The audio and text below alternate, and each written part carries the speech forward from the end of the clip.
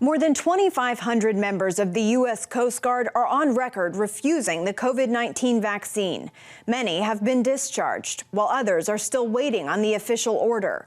For those serving at Air Station Clearwater, Florida, they're spending the time they have left saving lives in search and rescue efforts following Hurricane Ian. It's what I signed up to do. I have a passion for this job. I love the people I work with, and I love the impact that we have on the people we serve, on the people we help. Chad Watson, a rescue swimmer in the U.S. Coast Guard, has served in the military for 18 years. With just 2 years left until retirement, he's now among those facing discharge. Weighing the risk versus gain, we're taught to do that our whole career.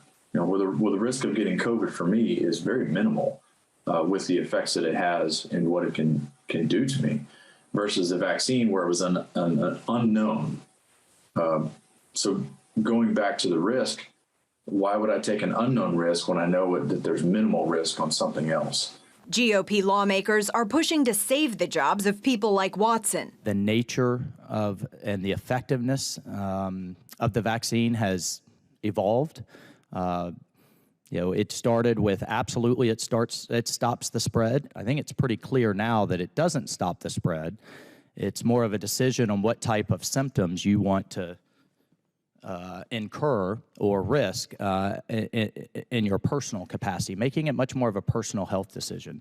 In a recent letter to Defense Secretary Lloyd Austin, Republicans on the House Armed Services Committee demanded answers on the status of the military's vaccine mandate.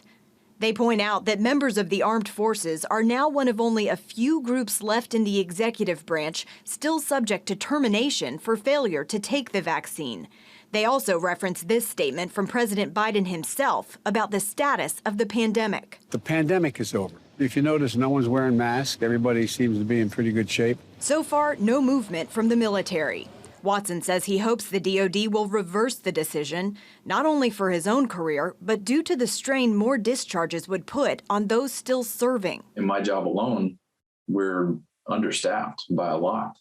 So we're about 89% capacity of where we should be, and we're going to lose potentially 19 more from where we're currently at if they discharge us and release us from active duty. Republicans say this will be a top priority if they take back the House and Senate in November. In the meantime, they wait on answers from the Pentagon. Burke, CBN News, Washington.